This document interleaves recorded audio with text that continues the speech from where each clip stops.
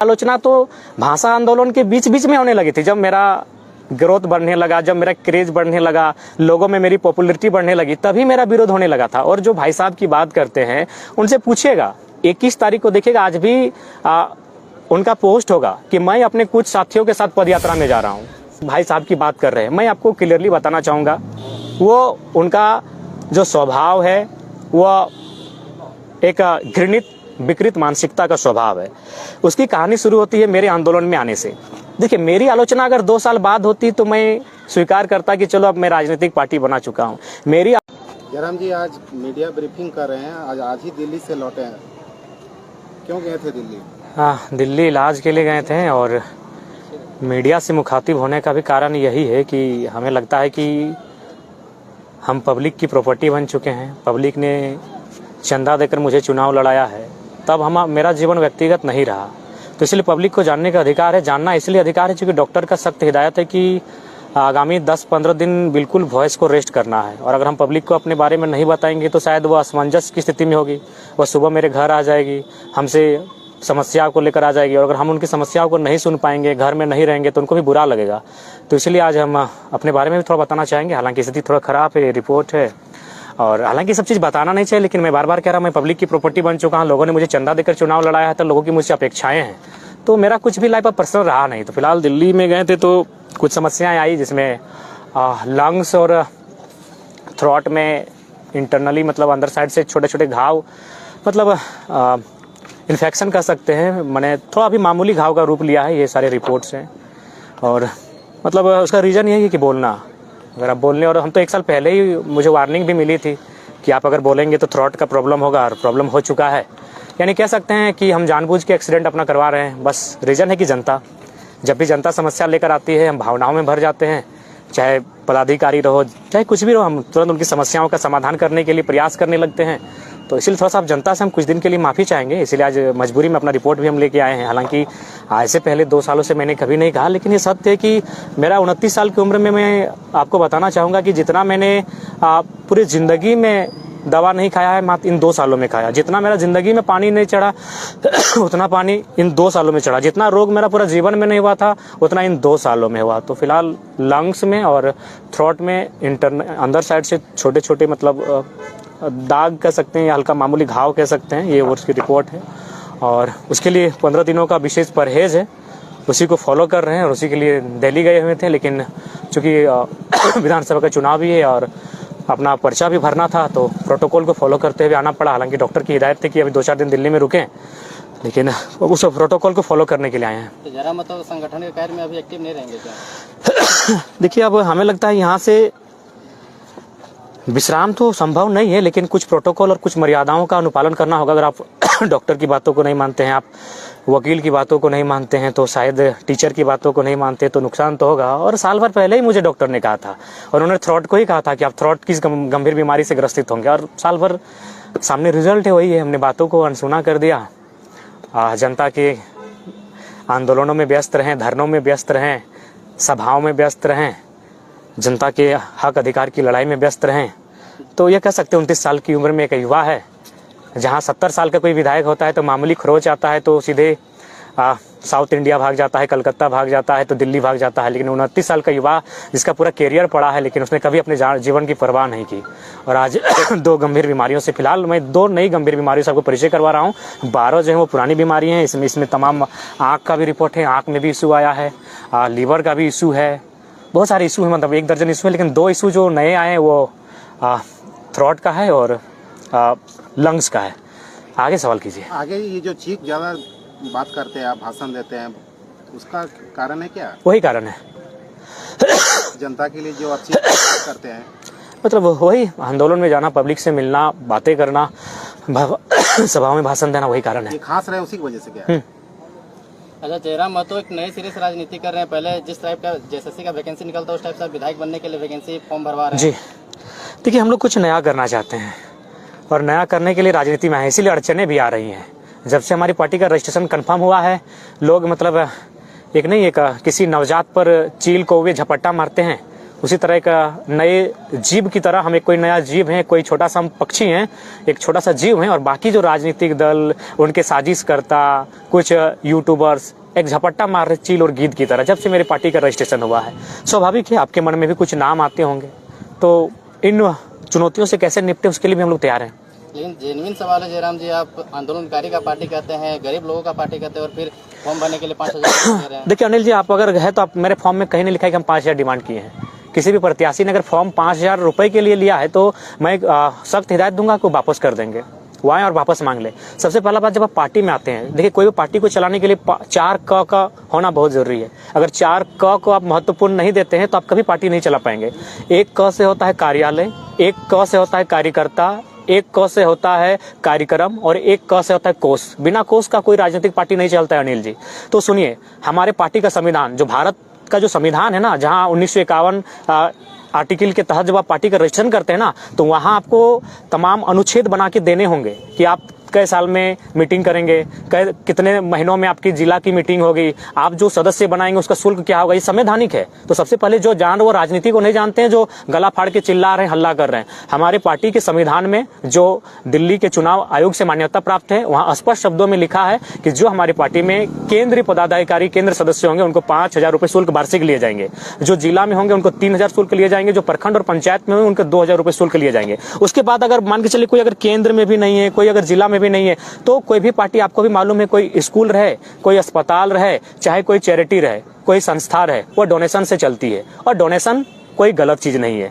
जब school donation से चलता है, जब अस्पताल डोनेशन से चलता है, कोई संस्था डोनेशन से चलती है, तो नो डाउट बाकी जो लोग हैं वो अनुदान के रूप में उनसे ले रहे हैं। पार्टी में विधायक बनने के नाम से, फॉर्म के नाम से कोई ऐसा नहीं। हाँ, इसी मौके में चूंकि हम लोग को सब काम एक साथ करना था, समय नहीं है, सदस्यता अभियान भी चलाना था, और जो लोग प्रत्याशी बन रहे वो हमारे केंद्र कमेटी के मेंबर भी हैं, वो जो नए भी फॉर्म भरेंगे उनको भी 5,000 रुपए देने होंगे, चूंकि हमारे पार्टी के संविधान में बरनी थे। और आप जब पार्टी चलाते हैं तो पार्टी का जो संविधान आपको जो मान्यता मिला, जिसका हम लोग रजिस्ट्रेशन नंबर मिला है, उस रजिस्ट्रेशन नंबर को जब हम लोग लिए तो उसके लिए हमें एक संविधान वहां देना पड़ता है। हर पार्टी का अपना एक संविधान होता है। तो हम लोग जो भी काम कर रहे हैं, अपना जो पार्टी हमारा है JLKM, उस पार्टी के संविधान के अनुरूप कर रहे हैं। आज आप बेनामांकन फॉर्म लिए हैं, कौन सीट से आप लड़ने जा रहे हैं? देखिए, उसकी अभी सार्वजनिक घोषणा हम नहीं कर सकते हैं, वो गोपनीय विषय है। पार्टी की कुछ चीजें प्रोटोकॉल में होती हैं, और सभी प्रत्याशियों को ये मैंने अधिकार है कि वो 5 सीटों तक अपना चॉइस कर सकते हैं, 1, 2, 3, 4, 5 करके। हम भी अपनी 4-5 सीटों पर चॉइस करेंगे। केंद्रीय अध्यक्ष भी फॉर्म लिया? क्यों नहीं लेंगे? केंद्रीय अध्यक्ष पार्टी के संविधान से ऊपर नहीं है, तो हमने भी फॉर्म लेने का काम किया है। अच्छा, मैनिफेस्टो कब जारी कर रहे हैं? आपने तो फॉर्म भराना शुरू कर दिया। देखिए, मैनिफेस्टो जब भी चुनाव आता है ठीक उससे आचार संहिता के आसपास जारी होगा। हमने मैनिफेस्टो ड्राफ्टिंग कमेटी का अध्यक्ष और उनके सदस्य बनाकर टीम जारी भी कर दिया है। वे जल्द रिपोर्ट सौंपेंगे, हम लोग प्रेस कॉन्फ्रेंस करके सार्वजनिक कर देंगे। लोकसभा चुनाव के बाद जयराम महतो अपना संगठन को मजबूत पा रहे हैं कि कमजोर पा रहे हैं? बहुत मजबूत पा रहे हैं। लोकसभा चुनाव के बाद बहुत मजबूत पा रहे हैं, और इसमें कोई किंतु परंतु नहीं है। पार्टी का रजिस्ट्रेशन हो गया तो क्या लगता है आपको विधानसभा के चुनाव से पहले आपका सिंबल आ चुका है? तो सिंबल बिल्कुल मिलेगा, हमारा सिंबल मिलेगा। सिंबल मिलने में कोई रोक टोक नहीं होगी। जयराम महतो को ही सिर्फ टारगेट क्यों किया जा रहा है झारखंड में? देखिए, आप नाम लेके ही बोलिए ना, हमको आप कोई परहेज नहीं उनका नाम लेने से। बोलिए कौन टारगेट कर रहे हैं? कुछ तथाकथित पत्रकार अपने आप को कहते हैं, देखिए, सबसे जो आपके हर एक एक्टिविटी को वॉच करते हैं बहुत माइन्यूटली, और उसमें हर एक चीज में कमेंट करते हैं। देखिए, अब मैं विस्तार पूर्वक बता देना चाहता हूँ। देखिए, ये मानव की ह्यूमन साइकोलॉजी होती है। अगर मान के चलिए ये मेरा गाँव है, अगर इस गांव के लोग मुझसे प्रेम करने लगेंगे ना, तो कुछ लोगों को मुझसे नहीं लेकिन उस प्रेम करने के भाव से नफरत होने लगेगा कि इसको इतना प्रेम क्यों मिला। अभी मान के चले एक बात बताइए, धोनी ने किसी का कुछ बिगाड़ा है? विराट कोहली ने किसी का कुछ बिगाड़ा है? सचिन तेंदुलकर ने किसी का कुछ बिगाड़ा है? लेकिन उनके हेटर्स है कि नहीं? तो लाइक दैट, जब आप सक्सेस होते हैं, जब आप अच्छा काम करते हैं, तो कुछ लोग हेटर्स मिलते हैं। देखिए, एक आलोचना अलग होता है, हेटर अलग होता है। जैसे मान के चलिए मैं भरे मंचों पर धोनी के ड्रीम 11 का खिलाफ करता हूं, रोहित शर्मा रहे चाहे विराट कोहली के विदेश में शादी करने का भी मैं खिलाफ हूं, लेकिन जब भारत को जरूरत पड़ती है कि 3 विकेट गिराए, मैं चाहता हूं कोहली शतक बनाए। इसका मतलब मैं उनका हेटर नहीं हूं, मैं उनका आलोचक हूं कि आपने विदेश में शादी किया, आपने ज्वेलरी ऑस्ट्रेलिया से मंगाया, आपने पानी का बोतल फ्रांस से मंगाया, तो मैंने उनके इस व्यवहार की आलोचना की, मैं उनका आलोचक हूं। लेकिन ये जो लोग हैं मेरे आलोचक नहीं है, मेरे हेटर है।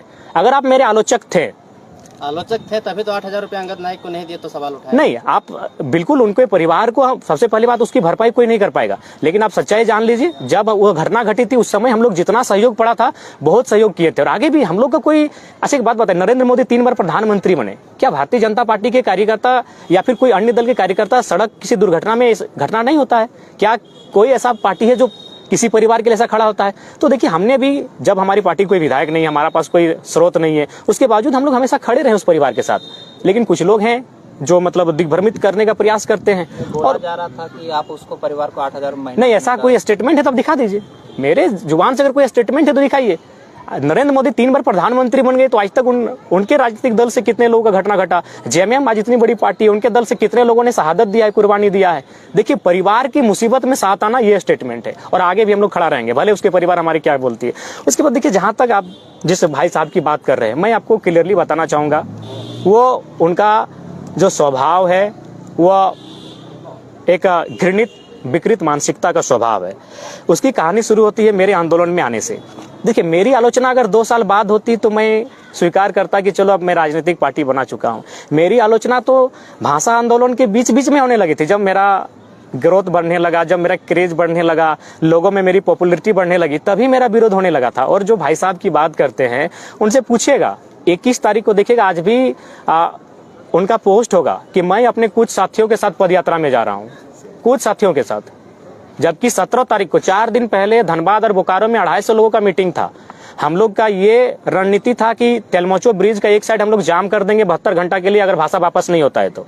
हमें लगता है उसके बाद जैसे हम 17 को मीटिंग करते हैं और जब ये निर्णय आपस में चर्चा करते हैं, हालांकि तय नहीं हुआ था करेंगे कि नहीं, अगले दिन भाषा वापस हो जाती है। जब 18 को भाषा वापस हो चुकी है तो 21 को क्यों गए थे? तो इसका रीजन यही था। एक हमारे तो चाची के भी बड़े नेता हैं जो मेरे ही क्षेत्र के हैं, और उनको भी ये लगा था कि अगर ये लड़का आगे बढ़ेगा तो कहीं ना कहीं मेरे लिए संकट होगा। तो उन लोग एक प्लानिंग किया कि अब इसको पूरा राज्य जानने लगा है, इसके हाथों में नेतृत्व है, मानव श्रृंखला हो चुका है, लाखों की भीड़ आ चुकी है, अब क्या कीजिएगा, न कुछ नया कीजिए ताकि नेतृत्व को इसके हाथों से लिया जाए। तब वो क्या किए, पद यात्रा निकालें। आपको पद यात्रा जाना था, हम लोग भी समर्थन करते हैं। उस मीटिंग में चर्चा काहे नहीं हुआ? जो मीटिंग धनबाद और बोकारो तेलमोचो ब्रिज में बुलाया गया था, जिसमें 250 नौजवान थे, उस मीटिंग में वे भी उपस्थित थे। जो लोग पदयात्रा में गए थे वे लोग भी उपस्थित थे, जबकि 4 दिन पहले मीटिंग हुआ था। तो इसका रीजन एक ही था कि वे लोग चाहते थे कि नेतृत्व को जयराम महतो के हाथों से ले लें, क्योंकि सबको नेतृत्व करता बनना था, सबको लीडर बनना था, और वो नहीं चाहते थे कि हम लोग से जूनियर लड़का लीडरशिप करे। क्योंकि आपको भी उनका इतिहास मालूम है, सूर्य सिंह बेसरा उनको एक बार कहाँ सीएम प्रोजेक्ट कर चुके थे हाथ खड़ा करके। ये हमारे जो नेताजी हैं, आज हमको लगता है 7-8 साल पहले से अपने आप को टुंडी का यूथ आइकॉन लिखते हैं फेसबुक में। तो ये लोग ऑलरेडी अपने आप को नेता, स्वघोषित नेता मान चुके थे, और जनता हमें मान रही थी। तो लिहाजा उनको उस बात से तकलीफ है। मैंने पहले कहा, आलोचक अलग होते हैं, हेटर्स अलग होते हैं। आज धोनी का रन बनाना यानी अगला का हेट करना, सचिन का शतक बनाना यानी अगला का हेट करना। तो जब मैं राजनीति में आया तो जाहिर सी बात है, हाँ, अगर ये अपने आप को इतने ही बड़े आलोचक कहते हैं, तो जब मैंने 3.5 लाख वोट लाया तो एक दिन मेरी प्रशंसा कर देते, जिसकी प्रशंसा पूरे देश ने किया, जिसकी प्रशंसा पूरे राज्य की मीडिया ने किया, और हम प्रशंसा के हकदार हैं भाई। 1952 से भारत देश में चुनाव होता है, 27.5% वोट आज तक कोई इंडिपेंडेंट कैंडिडेट फर्स्ट अटेम्प्ट में नहीं लाया है। आप इतिहास पता कर लीजिए। और अगर झारखंड की बात कीजिएगा तो झारखंड मैंने हिस्ट्री को ब्रेक किया है। आज 3.5 लाख वोट लाने वाले शख्स को आप एक बार चर्चा नहीं कर पाए। आलोचक किसे कहा जाता है? जो आपको नकारात्मक भी कहेगा और आप अच्छा करेंगे तो उसकी प्रशंसा भी करेगा। आप तो कभी लाइव नहीं आए, चलिए ठीक है, उसके बाद आप लोग लाइव आते, अच्छा बात है, लाइव आइए। लेकिन आप तो ले दे के जयराम महतो पे लाइव आते हैं। उनसे जो जुड़े हैं मोतीलाल महतो, फरजान खान, तो राजकुमार मंडल, तो पूजा महतो, तो बेबी महतो, ये आपकी घृणित मानसिकता है। ये राजनीति नहीं, और ये सवाल नहीं है, ये सवाल नहीं है। अगर आप सही में अपने आप को मानते हैं कि हम निष्पक्ष हैं, तो आप उस दिन भी लाइव आते हैं जब कल्पना सोरेन को टिकट दिया गया। आप उस दिन भी लाइव आते हैं जब सुबोध कांत साही की बेटी को टिकट दिया गया। आप उस दिन भी लाइव आते हैं जब अनूप सिंह की पत्नी को टिकट दिया गया। आप उस दिन भी लाइव आते हैं जब नेहा शिल्पी तिर्की को टिकट दिया गया। तब तो मानते हैं।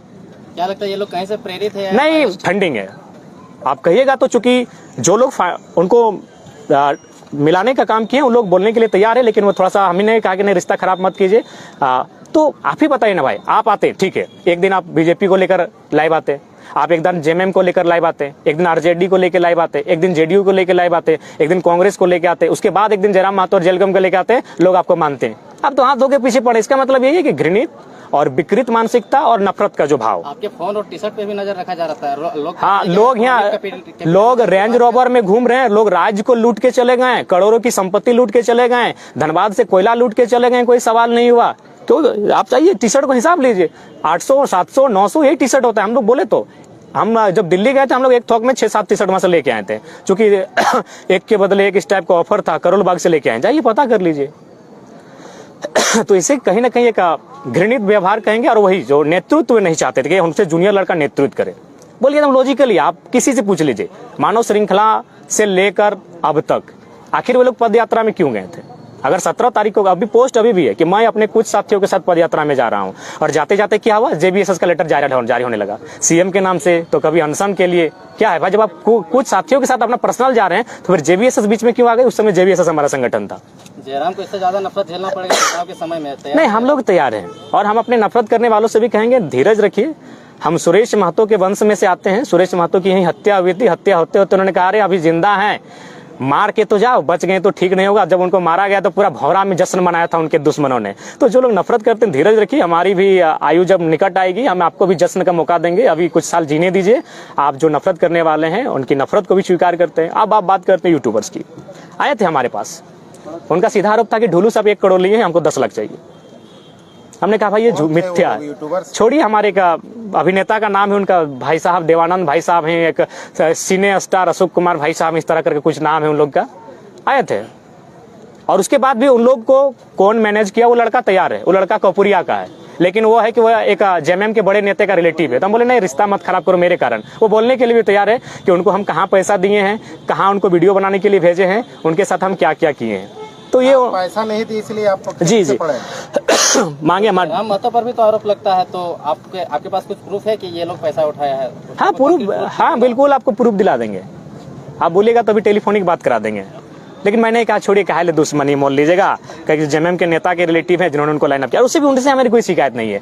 हम तमाम यूट्यूबर्स को यही कहना चाहेंगे कि यदि हम मुझे एक कहावत याद आई कि हाथी जीते जी लाख का और मर जाए तो 1.25 लाख का। चलिए, हमारी बदनामी में भी उनका परिवार चल रहा है तो बेहिचक वो करें, लेकिन मैं आग्रह करना चाहूंगा कि कम से कम जैसे कि एक हमारे अशोक कुमार करके कोई भाई साहब हैं, बैचलर हैं, स्ट्रगल कर रहे हैं, तो हम चाहेंगे कम से कम वो 10 लाख रुपए ले पार्टियों से मेरे खिलाफ कहने का, और कम से कम अपने का बढ़िया बिजनेस सेटअप करें। इस बीमारी की अवस्था में मुझे उनकी चिंता है, क्योंकि अगर हमें लगता है उन्हें 60,000 रुपए करके दिया गया है, जो न्यूज मेरे तक आई है, तो कोशिश कीजिए इन 60,000 रुपए में कुछ होगा नहीं, तो कम से कम 10 से 15 लाख डिमांड करें। बिल्कुल आप मेरे खिलाफ बनाइए, कम से कम इसी बहाने अगर मेरा भाई एक सेटलमेंट हो जाता है तो मुझे खुशी होगी। और अभिनेता देवानंद जी भी, अगर उनका परिवार अगर सेटल हो जाता है तो कम से कम मोटी रकम ले, ताकि एक बढ़िया बिजनेस में वो लगाए। चुनाव नहीं होगा तब तक आपके पीछे ये लोग पड़े रहेंगे, कैसे? वही टास्क ही वही है। देखिए, सबसे पहले इन्होंने 3 जिला परिषद का इंटरव्यू लिया था, मुझे याद है। एक तोपचांची का जिला परिषद, एक दुगदा का जिला परिषद, एक ऊपर घाट का जिला परिषद। जब आपने उनके खिलाफ मेरा इंटरव्यू लिया तो अभी जाके इंटरव्यू लीजिए। तीनों को पंचायत में हम पटक के आए हैं, तीनों को पंचायत में हम उनका बूथ से लीड करके आए हैं। अभी इंटरव्यू कहने ले रहे, इसीलिए इंटरव्यू लेना जनता का लीजिए, हमें शिकायत नहीं है। अगर आप नेता का प्री प्लानिंग इंटरव्यू लेंगे तो अभी प्री प्लानिंग तीनों को फिर से लीजिए। ये जो तोपचांची वाले जिला परिषद होटल में बहसबाजी कर रहे थे, लाइव आ रहे थे, उनका बूथ हम लीड करके आए, उनका पंचायत हम लीड करके आए। अब जिला परिषद आप अपना पंचायत नहीं बचा पाए, तो इनको स्पेशल टास्क दिया जाता है अभी चुनाव में। अभी कहने इंटरव्यू हो रहा है, अभी क्यों नहीं इंटरव्यू हो रहा है? ठीक है, जो भी यूट्यूबर्स हैं उनकी हम शुभकामना चाहते हैं, मेरे भाई समान है, वो आगे बढ़े, मुझे नीलाम करके भी आगे बढ़ते हैं, उनका घर चलता है तो मुझे स्वीकार है। लेकिन अभी इंटरव्यू क्यों नहीं हो रहा है? अभी लाइव क्यों नहीं आवाया जा रहा है? विधानसभा नजदीक आएगा, ये हथकंडे अपनाए जाएंगे। तो ये, और मुझे आज नहीं, मुझे मेरे एक मित्र है अनवर राही, जो हमारे केंद्र संगठन में है, उन्होंने लोकसभा से 6 महीना पहले बोला था कि जिस प्रकार केंद्र की टीम ने जितने 10 मिलियन फॉलोवर है, 10 मिलियन उनको हाईजैक किया है, राज्य में जिनका 10K फॉलोवर है उनको आपके खिलाफ यूज किया जाएगा। और वो हुआ वो हुआ, उसके लिए कोई दिक्कत नहीं। जयराम के खिलाफ जो बोलते हैं वो कभी कभी दूर चले जाते हैं, फिर जयराम के पास आते हैं तो जयराम अपना दिल में जगह दे देते हैं, फिर उनको बैठ देना। देखिए, हम लोग एक बहुत बड़ा निष्कपट इंसान है, कोई कपट नहीं। अगर होता तो बीमारी इतना नहीं झेलते। डॉक्टर हमको, आप मेरा भाषण देखिएगा, बागमारा में उस समय मेरा काला कुर्ता होगा, और वहाँ पहली बार हम पानी पीते हुए बोले थे कि 15 मिनट में हमको पानी पीना है, नहीं तो थ्रोट का बीमारी होगा। आज देखिए 1 साल बाद हम खड़ा है, वो नवंबर था, ये सितंबर था, कुछ महीना 1 साल का, हम बीमारी लेके खड़ा है आपके बीच, अंदर से घाव हो चुका है, हम खड़ा है आपके बीच। तो जयराम महतो बहुत कोमल स्वभाव का है, वो जनता के आगे बहुत दिल उसका साफ है, तो इसीलिए कोई आता है गाली दे के भी तो हम माफ करें, उतना छोड़िए। आप देवानंद भाई साहब को पूछिएगा कि उनको जो लाइनअप पहली बार किया था मेरे खिलाफ, वो हमारे केंद्र प्रवक्ता थे जी। हम वो शख्स हैं जो धोखा खा के मुस्कुराए, उनका नाम ही आज बोल देते हैं, वो दुगदा के मिस्टर काड़वार, पूरा नाम नहीं बताते हैं, उनका नाम है मिस्टर काड़वार। बताइए, वो हमारे केंद्र प्रवक्ता हैं। एक केंद्र प्रवक्ता का क्या जिम्मेवारी है जी, कि अगर आपकी टीम पर कोई संकट आ रहा है तो आपको डिफेंड करना चाहिए। अगर आपके संगठन के नेता की आलोचना हो रही है, अगर कोई साजिश हो रही है, तो आपको मीडिया में आके डिफेंड करना चाहिए। लेकिन हमारे केंद्र प्रवक्ता क्या कर रहे थे मालूम है? वो बता रहे थे कि जाओ, अरविंद टाइगर के खिलाफ बोलने के लिए तैयार है। अरविंदा को भली बातें जानते हैं, बहुत धाकड़ इंटरव्यू हमारे खिलाफ दिए थे। तो ये हमारे साथ साजिश हुआ। फिर भी आए कुछ दिन पहले कड़वार दादा आए, मिले, बैठे, बात किए गए। जो हमारी बर्बादी का मैंने रूपरेखा तैयार करते हैं, हम उनके लिए भी भला चाहते हैं। अगर ऐसा नहीं तो हम मिलते नहीं उनसे। पूछेगा, हम चुनाव के बाद, मेरे हारने के बाद भी आते, क्योंकि मेरा दिल स्पष्ट है, हम अपने लिए नहीं आए। अगर अपने लिए आते तो कम से कम अपनी जान बचा के चलते। आज करोड़ों का ऑफर है हमें, अरे कम से कम राजनेता बनते चाहे नहीं बनते, कहीं वो बढ़िया घर द्वार, एगो ब्याह शादी करके सेटल हो जाते, इतना जान जोखिम में नहीं डालते। अभी आपके प्रवक्ता पर भी आरोप लग रहा है। देखिए, हमारे प्रवक्ता हमेशा पार्टी को डिफेंड किए हैं, तो इस बार वो खुद को डिफेंड करेंगे। आप ये सवाल उनसे ही ले लीजिएगा, क्योंकि अभी तक उन्होंने पार्टी को डिफेंड किया है। अगर उनमें कुछ दोष है, क्योंकि हम परिचित नहीं थे इस दोष से, तो वो खुद अपने आप को डिफेंड करेंगे। जयराम महतो गरीबों का नेता कहते हैं, आजकल अमीरी दिखने में आ रहा है। बताइए कौन सा अमीरी रख रहे हैं, दिल्ली में जाके इलाज कर रहे हैं, यहाँ के गांव घर के लोग गांव घर में नहीं देखिए, रिम्स में इलाज कराते हैं। नहीं देखिए, आप भी जानते हैं कि रिम्स की व्यवस्था क्या है, ये किसी से छुपा नहीं है। और ये इलाज हम अपनी खुशी से नहीं करा रहे हैं। मेरे दोस्त हैं वहाँ, वे लाइन अप कर रहे हैं। हम हैदराबाद भी गए थे, हम लगभग 15-20 दिन हैदराबाद में रह के आए थे। हम दुर्गापुर मिशन से भी इलाज कराए हैं।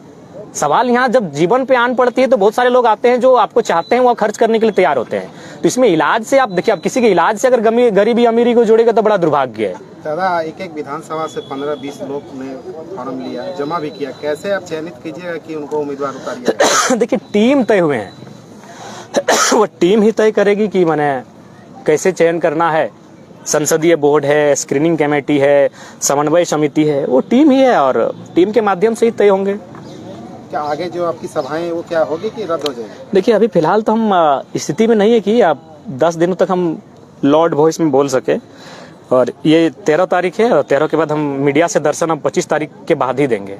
मीडिया से मेरा दर्शन भी अब 12 दिन नहीं होगा, क्योंकि अंदर से थोड़ा सा बहुत हम तकलीफ में। जयराम जब स्टेटमेंट दे रहे थे कि सबका आरटीआई मार के रखे हैं, सबका चुनाव से पहले काला चिट्ठा निकालेंगे, कहाँ कुछ नजर नहीं आ रहा है? आएगा, हर एक विधानसभा, जब उनके विधानसभा में जाएंगे ना तो बाकायदा नाम के साथ बताएंगे कि इन विधानसभा। जेबी केसेस में गुटबाजी चल रहा है क्या? कुछ दिनों को आपके ही नेता मतलब अलग से प्रेस कॉन्फ्रेंस कर रहे थे और कुछ। देखिए, सबसे पहला बात, अनिल जी एक बात कहना चाहेंगे, प्रेशर करके कोई टिकट नहीं ले सकता है। अगर धनबाद का प्रत्याशी धनबाद में प्रेस कॉन्फ्रेंस, टिकट नहीं मिलता है। आप जनता के बीच रहिए। आप मेरे प्रत्याशी से पूछिएगा तो किसने समीक्षा बैठक अभी तक किया है? जयराम महतो के अलावा एक प्रत्याशी ने समीक्षा बैठक नहीं किया है। बाहर भैया, बूथ कमेटी आप नहीं बनाएंगे, हारने के बाद समीक्षा बैठक भी आप नहीं करेंगे, खाली चुनाव लड़ेंगे क्या पार्टी में? पार्टी के लिए आपने क्या दिया? पार्टी ने तो आपको दिया, एक सम्मान दिया, तीसरा स्थान दिया। इससे पहले भी बहुत लोग चुनाव लड़े हैं, 3-4 लोग हमारे साथी चुनाव लड़े हैं, 1000, 800, 1200 वोट लाते थे, आज 80,000, लाख, 1.25 लाख, 1.5 लाख वोट लेके आए। तो जेबी के संगठन ने आपको इतना बड़ा सम्मान दिया, अब संगठन को आप क्या देते हैं, ये सबसे बड़ा विषय है। आप अब विधानसभा के चुनाव में अपना बूथ, अपना पंचायत कम से कम लीड करवा के दीजिए। आप लोकसभा में जिसको टिकट दिए थे वो विधानसभा में नजर आएंगे कि नहीं? देखिए, अगर वो फॉर्म डाले हैं और अगर वहां कोई प्रत्याशी कंपटीशन में नहीं दिखा और लगा कि नहीं इनका चेहरा जाने से ठीक रहेगा तो जाएंगे, और नहीं तो ऐसा नहीं कि जो 7% 8 के 8 लड़े थे 8 विधानसभा में दिखेंगे, 2-4 लोग चुनाव लड़ाएंगे भी। तो आप लड़े, अब लड़ाइए। बांग्लादेश का जो मुद्दा है बहुत ही गर्म है, आप क्या कहना चाहेंगे? देखिए, उस पर हमें के बाद ही वो देखिए, सबसे पहला बात, जो छात्रों की क्रांति थी वो अलग विषय, लेकिन उसके बाद वहाँ के अल्पसंख्यकों को जो टारगेट किया जा रहा है ये दुर्भाग्यपूर्ण है। और मानवता के नाते मैं उनके साथ खड़ा हूँ, और मैं यूएनओ से बाकायदा, यूएनओ को चाहिए इस मामले में हस्तक्षेप करे, और जो वहाँ बांग्लादेश में रहने वाले जो अल्पसंख्यक लोग हैं उनको सुरक्षा कैसे मिले, उनका अस्तित्व कैसे बचे, उनकी हिफाजत कैसे हो, इस पर भारत सरकार के साथ साथ जो संयुक्त राष्ट्र संघ है उनको हस्तक्षेप करते हुए इस मामले में उनकी सुरक्षा की पुख्ता गारंटी करना चाहिए। शेख हसीना को भगाया जाना अपने ही देश से कैसा लगता है? देखिए, अगर मान के चलिए, अगर जनता के अनुरूप कार्य नहीं करेंगे तो श्रीलंका के राष्ट्रपति भी भाग गए। ऐसी घटनाएं असम में भी विधायकों के साथ हुई है। अगर आप जनता को ज्यादा सताइएगा आज, तो हमें लगता है कि जनता एक दिन जब भूखी प्यासी हो जाएगी तो गोली खाने के लिए भी तैयार हो जाएगी, सड़कों पे आ जाएगी। तो इसीलिए वैसा स्थिति ना हो, इकोनॉमी पे बात होना चाहिए। अभी देश के प्रधानमंत्री गैर जिम्मेवार स्टेटमेंट दिए, लेकिन किसी ने आलोचना नहीं किया। किसी मीडिया ने पूछा कि देश की इकोनॉमी ऐसी हो रही है, केस है कि अमीर अमीर हो रहा है और गरीब गरीब हो रहा है, तो बोले क्या सबको बराबर कर दें? बताइए, स्टेटमेंट ये तो नहीं, बिल्कुल सबको बराबर करना चाहिए। बराबर कहने का मतलब है कि उसमें अंतर नहीं होना चाहिए। एक ऐसा स्थिति बनाइए कि किसी में अंतर ना हो, सबको बराबरी में आने का अवसर मिले। तो आज इकोनॉमी इतनी गैप है और उस पर कोई सवाल ही नहीं ले रहा है। अगर कोई सवाल कर रहा है तो देश के प्रधानमंत्री मजाक करके निकल जा रहे हैं कि सबको गरीब कर दें क्या, सबको अमीर कर दें क्या। एक देश के प्रधानमंत्री के सवाल नहीं होना चाहिए। तो अगर ऐसी स्थिति होगी तो युवाओं में, जनता में आक्रोश होगा ना। दादा, आप संथाल में बांग्लादेशी घुसपैठी पे क्या बोली है? मैंने उस पर स्पष्ट कहा है कि उस पर केंद्र सरकार, राज्य सरकार दोनों को हस्तक्षेप करते हुए बिल्कुल किसी प्रकार का घुसपैठ झारखंड में ना हो। उससे क्या होगा कि वहाँ की सामाजिक और सांस्कृतिक स्थिति में अवरोध उत्पन्न होगा, वहाँ से वहाँ के जो मूलवासी उनके जीवन में संकट उत्पन्न होगा, उनकी भाषाई, उनकी सांस्कृतिक परंपराओं में आहत होगी। तो इसलिए मेरा स्पष्ट है, उस पर मेरा स्टैंड स्पष्ट है। आदिवासी हॉस्टल में आदिवासियों को पीटा जी, उस पर उसके लिए हम खेद प्रकट करते हैं और आदिवासी सरकार है, आप तुरंत एक टीम का गठित कीजिए, उनको चिन्हित कीजिए और अगर वे घुसपैठ है तो देश से बाहर कीजिए। क्या संदेश है यहाँ से? संदेश यही रहेगा, ये राज्य बहुत तकलीफ के बाद राज्य बना है, इस राज्य का हितार्थ तो हम लोग यही चाहते हैं। अच्छा, पिछले बार आप लोग बूथ स्तर में कमजोर दिखे थे, वहाँ से आप बोले कि आदमी नहीं बैठ पा रहा है, बूथ स्तर पे काम करना शुरू किए हैं? हाँ, इस बार बूथ स्तर पे हम लोग काम कर रहे हैं और इस बार हम लोग जनता के साथ साथ कार्यकर्ता पे काम करेंगे। मैंने पहले कहा कार्यकर्ता, कार्यक्रम, कार्यालय और कोष, तभी चुनाव लड़े जा सकते हैं और तभी राजनीतिक पार्टी तैयार होती है। आज प्रत्याशी का फॉर्म भरने का अंतिम डेट है, तो क्या लगता है प्रत्याशी का प्रथम लिस्ट कब तक जारी कीजिएगा? देखिए, हम लोग लगता है कि 1-2 दिन बढ़ाएंगे लिस्ट को, कहीं 15 अगस्त भी है, कुछ लोग व्यस्त रहे, खेती बाड़ी का दिन है, तो 2 दिन अवसर देंगे और 15 अगस्त को पहली लिस्ट जारी हो जाएगी। वैसे लोग जो फॉर्म नहीं भर पाए वो नहीं, बिल्कुल नहीं, बाद में नहीं। अगर वो संगठन के एक्टिव लोग हैं और खासकर धनबाद बोका, जैसे मान के चलिए अगर राजमहल छूटा है तो वहाँ अगर कोई नहीं तो हमको तो किसी को लड़ाना होगा, लेकिन जहाँ से फॉर्म आ चुका है और कोई नहीं भरा है तो वहाँ उनके साथ कैसे जाएंगे जी? जो लोग फॉर्म भरे उनके साथ जाएंगे। मान के चलिए टुंडी विधानसभा है, अब मान के चलिए टुंडी विधानसभा से गौतम अगर प्रत्याशी अपने आप को मानता है और ये फॉर्म नहीं भरा है, ये अगर इस मन एटीट्यूड में कि हम तो टुंडी के ही हैं, टाइगर के खसम खास है, पार्टी के लिए इतना कुछ किए हैं और फॉर्म अगर बाकी 7 लोगों ने भरा है तो हम पहले उन 7 लोगों को प्राथमिकता देंगे। गौतम अगर फॉर्म नहीं भरा तो इनको बाद में इनके पास आएंगे कि भाई टुंडी से कोई नहीं, आप लड़ेंगे क्या? लेकिन अगर 7 में कोई तैयार होता तो हम वहाँ जाएंगे। जो फॉर्म नहीं भरा उनके उस पर कोई विचार नहीं होगा। क्या रिपोर्ट है, कितने विधानसभा से एप्लीकेशन है अभी तक? हम तो देखिए, वो तो चुनाव समिति बनी है, आप उस पर भी कभी सवाल जवाब कीजिए, वो उत्तर देने के लिए तैयार है।